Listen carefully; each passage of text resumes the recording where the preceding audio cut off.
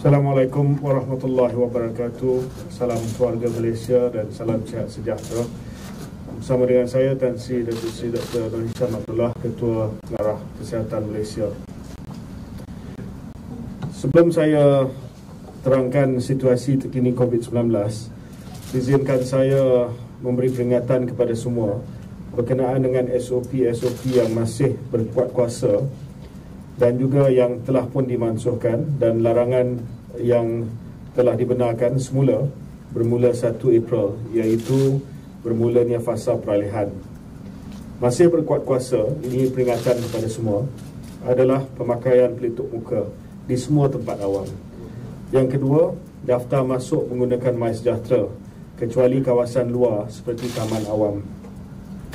Yang dimansuhkan bermula 1 April, ini peringatan penjarakan fizikal bagi aktiviti solat ataupun semayang di rumah ibadat yang lain. Sekatan ke atas waktu operasi perniagaan dan juga My Travel Pass untuk warga negara bukan Malaysia yang mengembara ke Malaysia. Yang dibenarkan bermula 1 April merentas negeri semua tanpa mengira status vaksinasi.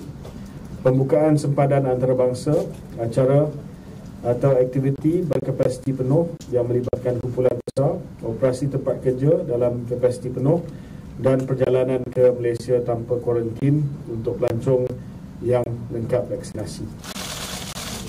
Setelah 2 minggu, kita membenarkan beberapa kelonggaran dan juga protokol-protokol baru, terutamanya yang tidak melibatkan kuarantin bagi pengembara. Kita dapati bahawa keadaan pada hari ini semakin stabil, di mana kes aktif COVID-19 telah pun menurun kepada 120,592, dan kita dapati bahawa hampir 97% lebih sekarang berisolasi di rumah dan tidak perlu dirujuk ke hospital ataupun ke pusat kuarantin dan rawatan COVID. Kalau kita melihat dari segi nilai RT ataupun angka reproduktif, ianya di bawah paras 1, sebenarnya di bawah paras 0.9 untuk beberapa hari yang lepas, dan ini menunjukkan bahawa trend jangkitan semakin stabil dan semakin menurun.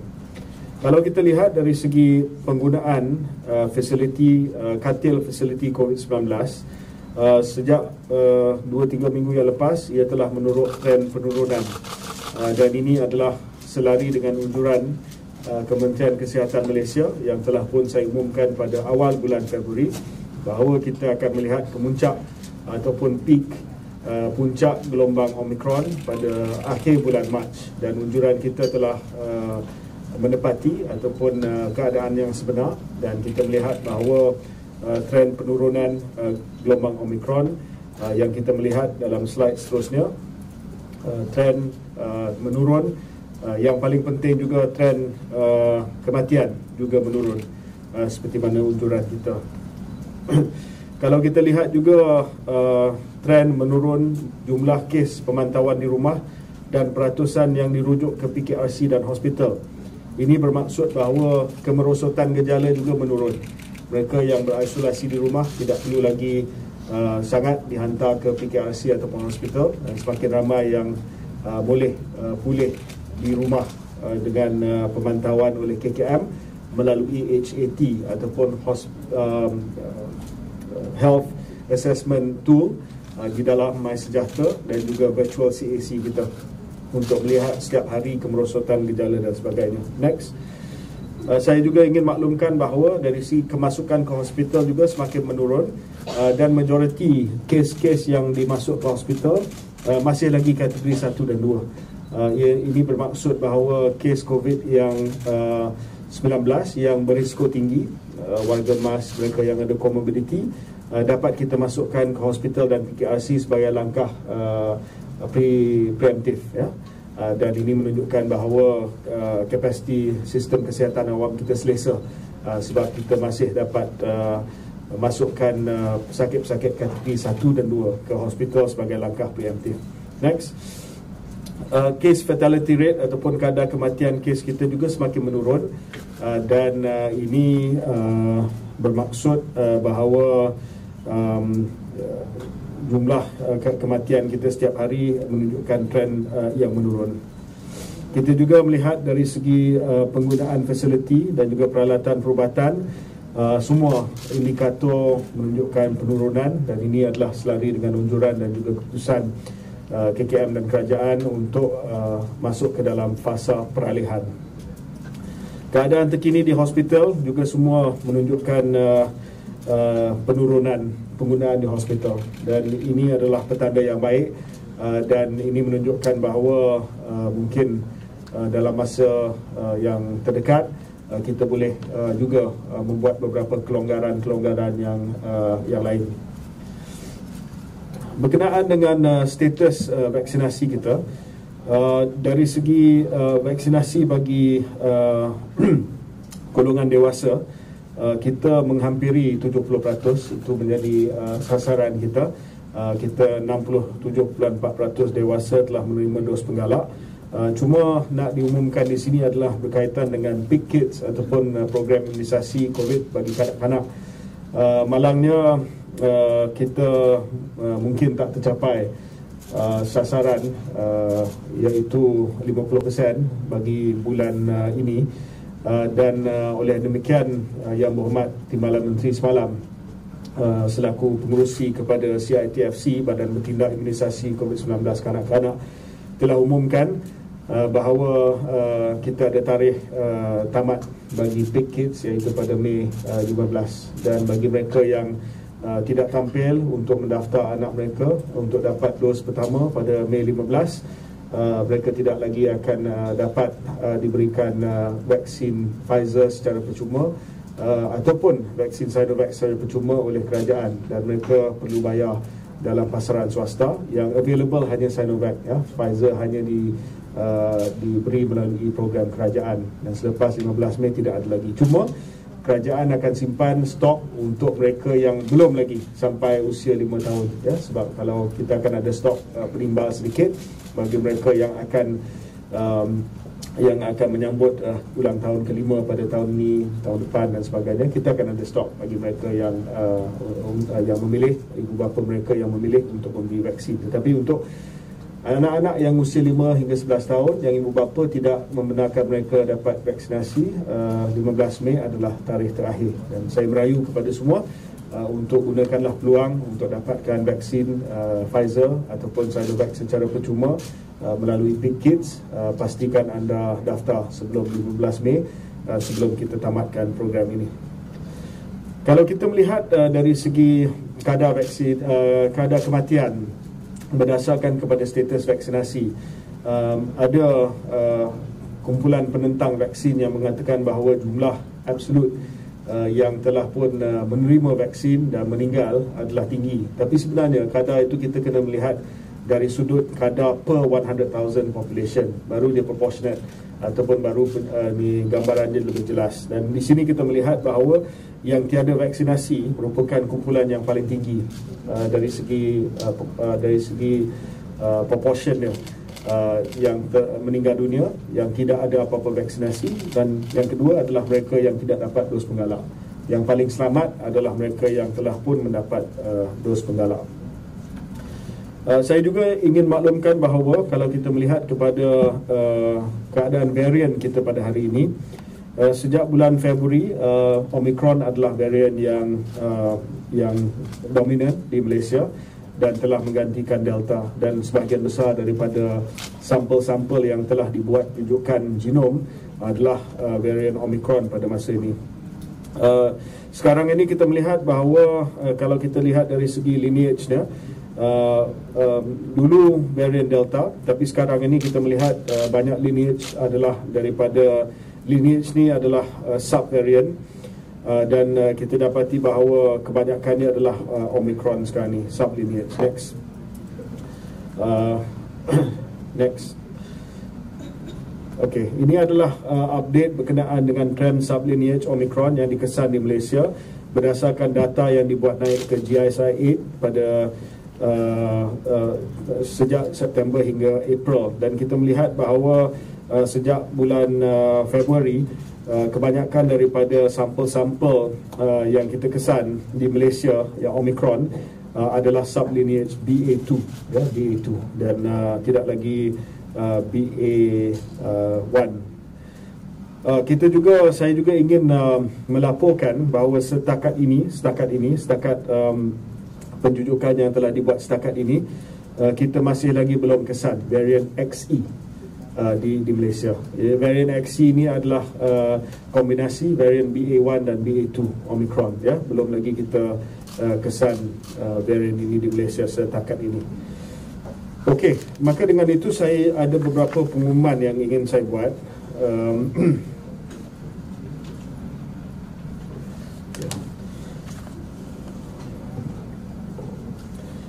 Pertamanya, ini adalah pengumuman berkenaan dengan vaksinasi.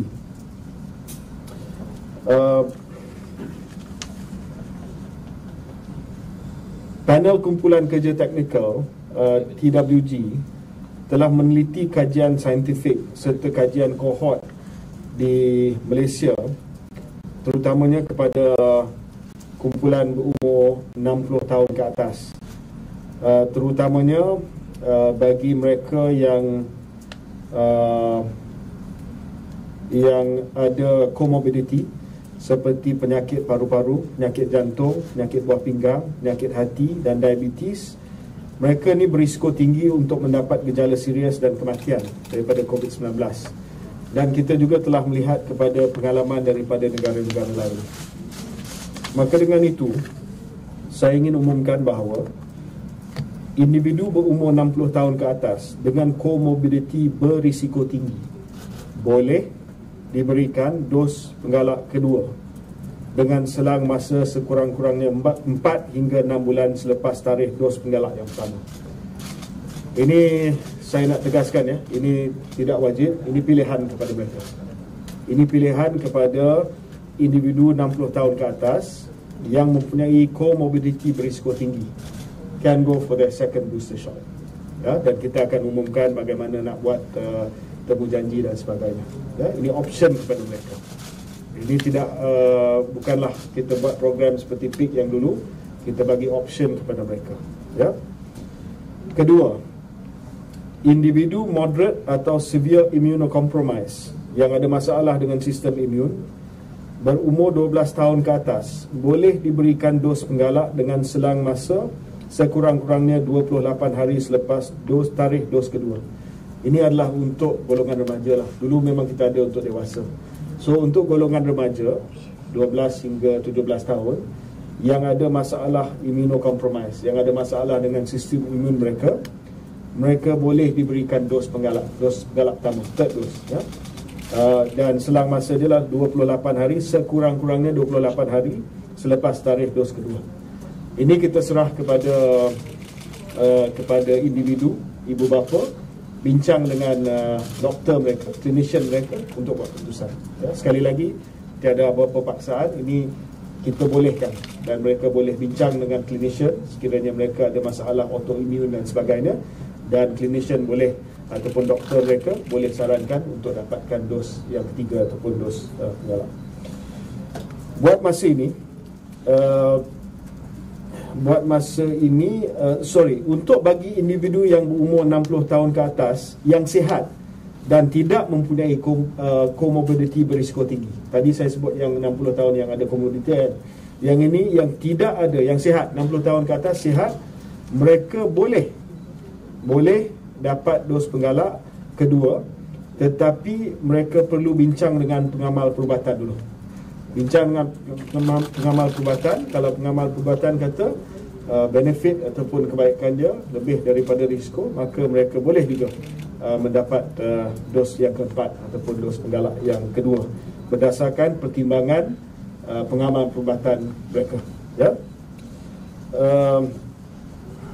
Manakala bagi buat masa ini vaksin Comirnaty Pfizer merupakan vaksin yang disyorkan bagi dos penggalak kedua berdasarkan data saintifik yang sedia. Ya, so kita hanya akan bagi vaksin Pfizer untuk dos penggalak yang kedua. Manakala bagi individu berumur 60 tahun ke atas yang telah lengkap mengambil dos penggalak dan didapati mengalami jangkitan COVID-19, mereka layak menerima dos penggalak kedua 3 bulan selepas mereka pulih sepenuhnya. So kalau mereka 60 tahun ke atas dan mereka dah dijangkiti COVID, boosted already, wait another 3 months and then you can receive your second booster.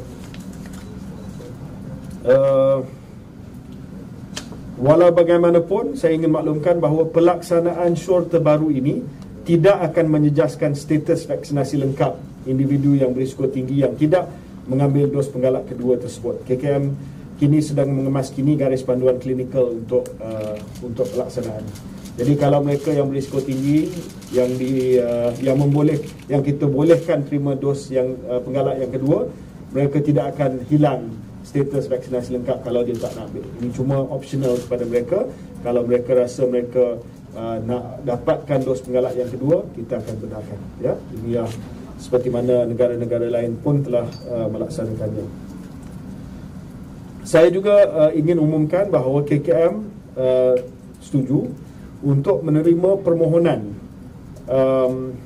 bagi individu yang ingin keluar negara untuk mendapatkan dos penggalak kedua bagi memenuhi keperluan keluar negara.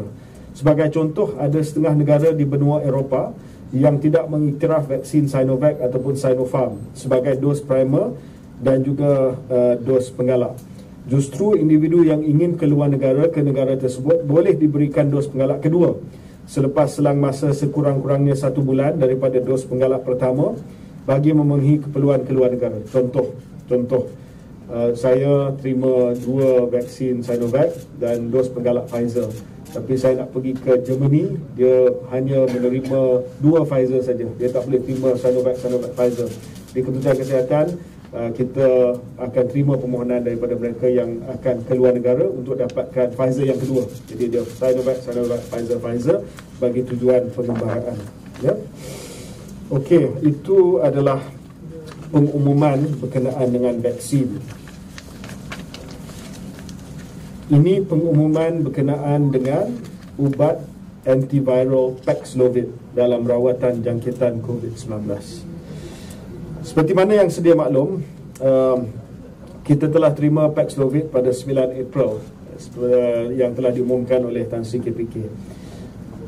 Pihak berkuasa kawalan telah pada 3 hari bulan Mac meluluskan pendaftaran Paxlovid sebagai ubat antiviral bagi rawatan COVID-19. Ubat Paxlovid adalah mengandungi 2 bahan aktif dalam sediaan 2 tablet yang berbeza. Ubat ini bertindak untuk mengurangkan kemampuan replikasi SARS-CoV-2, seterusnya membolehkan sistem pertahanan badan untuk melawan jangkitan. Penggunaan ubat Paxlovid merupakan satu lagi inisiatif kerajaan bagi melawan wabak COVID-19 dan ditawarkan secara percuma kepada mereka yang layak. Penggunaan ubat Paxlovid hanya ditawarkan di fasiliti kesihatan kerajaan buat masa ini, iaitu Pusat Penilaian COVID-19 CAC dan hospital kerajaan. Pendekatan rawatan ini adalah berdasarkan kajian keberkesanan dan bukti saintifik terkini yang telah dijalankan di peringkat antarabangsa. Penghantaran fasa pertama ubat ini yang dapat menampung rawatan bagi 48,000 pesakit telah tiba di Malaysia pada 9 April 2022 dan kini dalam proses agihan ke fasiliti kesihatan, ya. Saya ingin maklumkan bahawa setakat ini penghantaran telah dilakukan ke 14 lokasi di seluruh negara. Penghantaran kedua lagi lokasi iaitu Sabah dan Sarawak akan dilakukan esok, dan semua yang 14 lokasi ini akan agihkan kepada 481 CAC klinik kesihatan dan 15 buah hospital kerajaan. Ubat antiviral ini akan digunakan dalam rawatan pesakit COVID-19 seperti berikut. Mereka adalah berusia 18 tahun ke atas. Mereka juga adalah jangkitan COVID-19 kategori tahap 2 dan 3. tidak memerlukan terapi oksigen dan mereka ini adalah berisiko tinggi untuk mendapat gejala COVID-19 yang teruk ataupun severe. Pesakit yang hadir ke pusat penilaian COVID-19 CAC dan hospital kerajaan akan disaring dan dinilai oleh pegawai perubatan berdasarkan jumlah skor bagi kriteria yang telah ditetapkan sebelum dimulakan dengan rawatan ubat Paxlovid. Pesakit akan diberikan skor 3 dan ke atas. Yang diberikan skor 3 dan ke atas akan diberikan keutamaan untuk rawatan tersebut. Jadi kita ada protokol yang tertentu. Bukan semua orang layak untuk dapat Paxlovid. Dia berdasarkan kepada penilaian yang akan dibuat oleh pegawai perubatan yang ada. Keutamaan rawatan akan diberikan kepada pesakit warga emas, kepada pesakit dengan pelbagai komorbiditi dan juga kepada mereka yang immunocompromised. Ubat ini perlu dimulakan dalam tempoh 5 hari bergejala bagi mencapai keberkesanan yang optimum.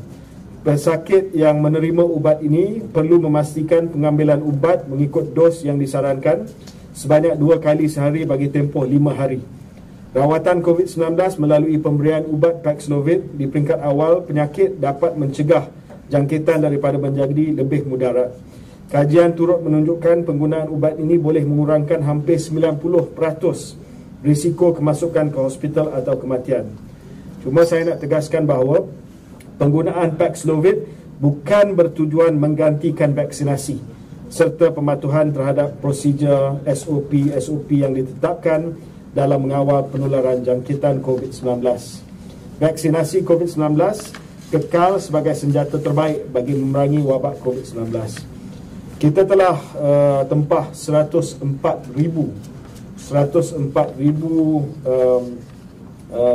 patient cost untuk Paxlovid, ya. Patient cost maksudnya cukup untuk 104,000 pesakit. Sebab bukan semua akan dapat, hanya mereka yang memenuhi kriteria akan dapat. Cuma sekarang ini kita dalam perbincangan dengan Pfizer untuk tambah lagi perolehan Paxlovid ini. Mungkin akan kita buat perolehan 100,000 lagi patient cost untuk Paxlovid ini, untuk perolehan yang kedua. Saya ada 2 lagi pengumuman. Satu, ini lebih kepada protokol ujian dan juga tempoh isolasi bagi kontak rapat ataupun tempoh isolasi. Yang pertamanya adalah protokol ujian RTK antigen COVID-19 melalui penyeliaan secara maya, virtual consultation. Kementerian Kesihatan Malaysia ingin memaklumkan bahawa terdapat alternatif baru ujian RTK antigen kendiri seliaan secara maya yang bermaksud ujian RTK antigen kendiri yang dijalankan oleh individu dengan seliaan oleh pengamal perubatan melalui video. So tak payah pergi ke klinik untuk buat ujian, hanya perlu dilaksanakan melalui video saja. Sebab ini memudahkan terutamanya bagi pengembara yang mungkin tak sempat pergi ke klinik ataupun siapa-siapa yang memerlukan supervised professional test, dan dia boleh buat melalui video teleconsult, ya. Perkhidmatan ini merupakan satu inisiatif teleperubatan yang ditawarkan secara digital tanpa memerlukan individu hadir secara fizikal di fasiliti ujian. Perkhidmatan ini berdasarkan kepada dokumen yang dikeluarkan oleh MMC, iaitu Malaysian Medical Council Advisory on Virtual Consultation during the COVID-19 pandemic. Ini membolehkan pengguna mendapatkan keputusan ujian RTK antigen kendiri yang disahkan oleh pengamal perubatan dengan lebih cepat tanpa perlu ke fasiliti kesihatan. Ini akan menjimatkan masa, kos serta mengurangkan risiko jangkitan kepada orang lain. Prosedur ini hendaklah mematuhi perkara seperti berikut. Pertama, seliaan hanya boleh dilakukan oleh pengamal perubatan swasta, pengamal perubatan yang berdaftar dengan MMC. So, any pengamal perubatan yang berdaftar dengan MMC boleh melaksanakannya. Tetapi pelaporan keputusan ujian RTK antigen COVID-19 hendaklah dilakukan melalui platform e-COVID. Maksudnya hanya pengamal perubatan yang ada akses kepada e-COVID boleh buat, ya. Macam kebanyakan GP, dia ada akses kepada e-COVID, dia boleh buat.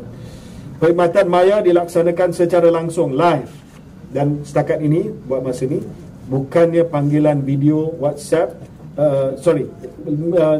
Perkhidmatan maya dilaksanakan secara live dan bagi mengelakkan berlaku penipuan, melalui rakaman video. So sekarang ini adalah live consultation. Sama seperti sesi konsultasi, pengamal perubatan perlu memastikan macam biasalah penggunaan teknologi dan peralatan yang bersesuai dan segala safeguard untuk memastikan perkara ini dapat dilaksanakan dengan baik. Saya juga ingin maklumkan beberapa perubahan berkenaan dengan tempoh isolasi. Jadi di sini untuk close contact, ya, dulu kita bagi pengecualian kepada close contact sekiranya mereka fully vaccinated sahaja. Sekarang ini close contact maksudnya bagi kontak rapat mereka tidak perlu untuk isolasi sekiranya tiada gejala, irrespective of vaccination status. Maksudnya tak kira vaccination status. Saya umumkan perkara ini sebab ada permintaan contoh di sekolah asrama yang mana mereka tidak dapat dos penggalak disebabkan usia mereka dan mereka tidak dibenarkan untuk no quarantine kalau mereka close contact. So sekarang ni close contact asymptomatic, tak perlu isolate, tak kira vaccination status. Yep.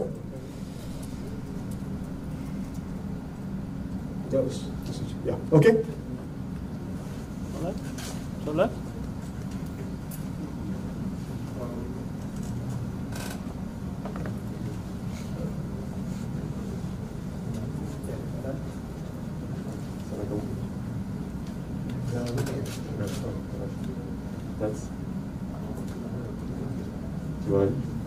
Wadi Nurman kan? Wadi saya ada beberapa soalan. Untuk dos penggalak kedua, boleh dapatkan perincian bila dia akan diberikan permohonan dibuat menerusi My Sejahtera ataupun datang terus pada secara walk-in di klinik kesihatan berkaitan, dan bekalan vaksin yang ada, terutamanya Pfizer jika diberikan Pfizer, dan berapa banyak bekalan sedia ada untuk bekalan dos penggalak kedua. Soalan kedua berkenaan dengan subvarian yang prevalent sekarang ni ialah daripada BA2, boleh dapatkan statistik, seperti kata tadi kebanyakan sampel, boleh kita dapatkan number, in terms of number ni, berapa banyak sampel yang dimaksudkan melalui kajian yang dah dibuat. Dan yang terakhir bagi menerusi penelitian KKM, sebab ada banyak kes sejak kebelakangan ni mungkin disebabkan oleh subvarian BA2, di mana penghidap ataupun mereka yang dijangkiti oleh COVID-19 dalam tempoh semasa seminggu hingga 2 minggu dijangkiti sekali lagi oleh COVID-19. So boleh dapatkan kajian sama ada KKM ada buat penelitian sejauh mana prevalent seseorang tu boleh dijangkiti semula oleh COVID-19 dalam tempoh semasa berapa lama. Sebab sebelum ni KKM kata dalam tempoh 2 bulan anda boleh dikatakan kebal daripada COVID-19. Adakah penilaian itu masih terpakai? Ya, untuk soalan pertama, kita ada 5.6 juta dos Pfizer yang masih balance lagi. Jadi ini mencukupi untuk menampung dos penggalak yang kedua. Sebab kita rasa tak ramai yang akan layak dari segi usia, dari segi comorbidity dan sebagainya. Jadi cukup. Kita akan umumkan nanti berkenaan dengan cara tempahan temu janji yang boleh dibuat melalui My Sejahtera nanti, ya.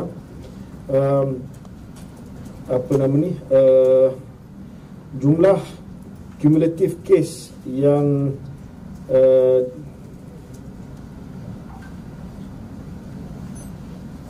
berkenaan dengan BA2 dengan BA1 tu nanti kita akan bagi secara bertulis. What was the third? Okay. Berkenaan dengan reinfection, kita telah kaji perkara ini dan kita dapati bahawa sekarang ini memang berlaku kes jangkitan semula, ya, yang berlaku dalam interval yang singkat. Kita dapati bahawa reinfection adalah possible kurang daripada 90 hari, terutamanya di kalangan mereka yang muda, yang tidak divaksin dan mengalami gejala yang sederhana. Kita juga telah mendapat berita bahawa di UK, Denmark dan juga di Amerika Syarikat sedang berlaku short interval reinfection. Maksudnya selepas 20 hari dia dijangkiti semula. Malah ada pegawai saya pun dah dijangkiti dalam tempoh 20 hari. Jadi inilah perkara yang sedang diteliti oleh kementerian, sama ada perkara ini dapat kita cegah sama ada melalui vaksin. Tapi vaksin pun tidak ada vaksin setakat inilah yang boleh mencegah jangkitan semula ini. Cuma kita dapati bahawa bagi kes-kes yang mana kita melihat ada jangkitan semula, maka kita lihat bahawa mereka mengalami gejala yang sederhana, tetapi perlu diisolasi. Kalau kita lihat contoh di Denmark, ya, berkenaan dengan mereka yang dapat reinfection, kita dapati bahawa di Denmark mereka dapat reinfection daripada sublineage yang lain. Contoh dia ada 60 daripada 64 orang di Denmark, 17 first infection BA1, second infection BA1, tapi 47 BA2.